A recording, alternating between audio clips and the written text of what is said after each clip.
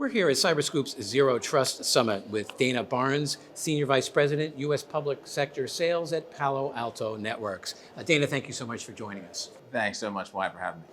So, in your estimation, how has OMB's Zero Trust requirements for agencies to adopt things like enterprise-wide platforms for identity and access management and multi-factor authentication, how's that impacted government contractors and firms like yours?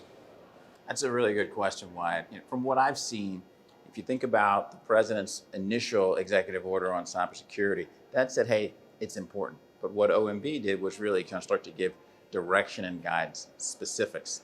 Things like use of PIV cards, as an example, which is a huge piece of it, and addressing things like phishing and how you focus on access and those types of things. So I think OMB kind of got the integrators in particular, the contractors, really moving along the same path. And then what challenges do you see government agencies still facing trying to maintain say, for example, a complete inventory of authorized devices and ensure that their endpoint detection and response tools are properly deployed? The biggest challenge that I see is you've seen a change in the way we work.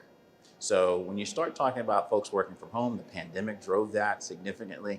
That means the devices being used, the access points become more challenging to manage. And that's the biggest challenge for the government and for contractors, because we're not going to go back to a world where you never work from home.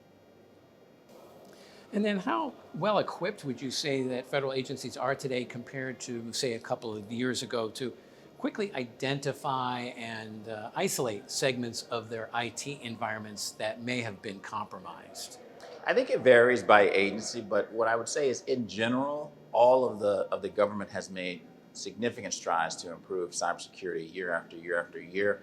And now with the funding that has come through, you think about the infrastructure bills and everything else that have been passed, you're going to see that continue. But it does vary by agency. Defense Department, for example, sometimes deeper pockets, ability to move a little bit more quickly.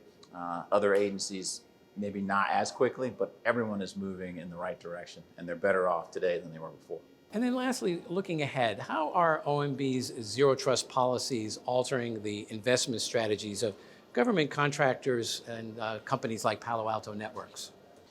You're going to see continued investment in cybersecurity solutions, service offerings, et cetera. From a Palo Alto perspective, we're continuing our move towards ensuring we can provide an entire platform of capabilities that are integrated so that you can have that complete view from a cybersecurity perspective, including recovery. One of the things we don't often talk about is everyone is eventually going to be compromised. How do you recover?